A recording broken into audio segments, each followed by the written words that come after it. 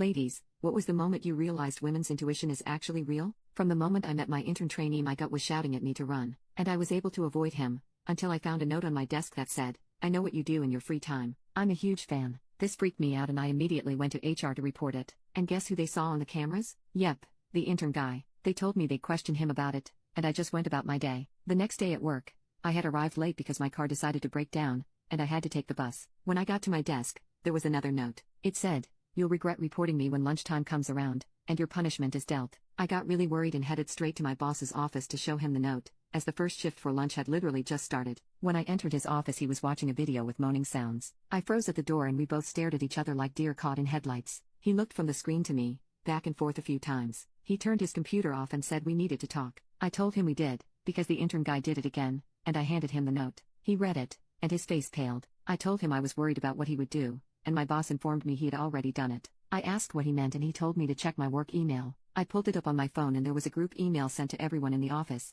with a video link and a message saying someone among you likes to make videos during their free time. I clicked on the video and I saw me entering a room, and immediately getting undressed. I was horrified and X'd out of it. I asked if he had seen it and he turned bright red. I started rambling, saying that I didn't make that video. I had never done anything like that before. My boss told me I needed to calm down, and that for now I should just head home as they would have to do an investigation. I said, on me, or the intern guy? He told me both. I was so embarrassed and angry at the same time I just stood there trying not to cry or lash out. He told me I needed to grab my things and leave, before he had to get security involved. I was so shell-shocked I just went straight to my desk to grab my jacket and purse. Everyone in the office at that point was staring at me, some were laughing, and a few others were checking me out. I felt my whole body turn red and I ran out the door. Once I got home I pulled the video up on my computer, because I had no idea where or how this video was taken, but I knew for sure that it was done without my permission. I followed the link to a dirty movie website, and found the account that had posted the video. Apparently they specialized in massage watcher videos. I had no clue what that meant until I was looking through other videos. Apparently,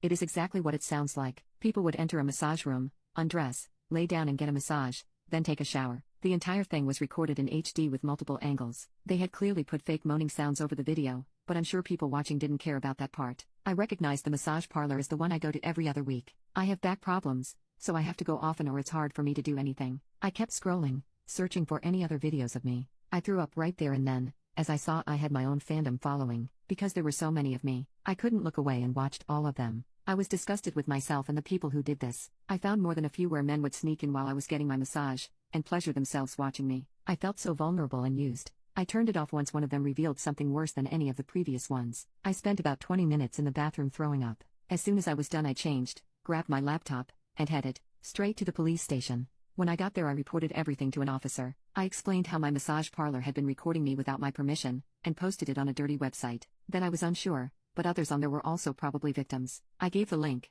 my name and contact info, and the officer said someone would be in touch with me soon. As soon as I left the police station I went to a lawyer's office. At first the secretary told me everyone was busy, and I had to have an appointment. Then I told her I was trying to file a suit against a massage parlor for illegally recording people and posting them online. I guess she either felt pity for me, or understood how many dollar signs were attached to this case, because she got up and quickly got me a meeting with one of the lawyers. I told her everything that I had told the police, about the website, my massage parlor, my coworker, everything. She took notes and asked to see some of the videos. I showed her on my laptop and she paused it after a minute to say she'd check it out when I wasn't present so I wouldn't have to go through listening to it again. She suggested I look into getting a therapist after this because I had been through a trauma, and it was probably only going to get worse. I agreed with her, and asked her what the next step was. She told me that if the police contacted me again to inform her, she would need to be present for any meetings with them. She told me the odds are, this will result in a much bigger thing than I originally thought. She asked who exactly I wanted to go after because of all this. Did I want to keep my job, or sue the intern guy, or did I just want to go after the massage company? I told her I wasn't sure about the first two yet. All I really wanted was to stop them from recording more innocent people, and somehow inform the other victims of what happened.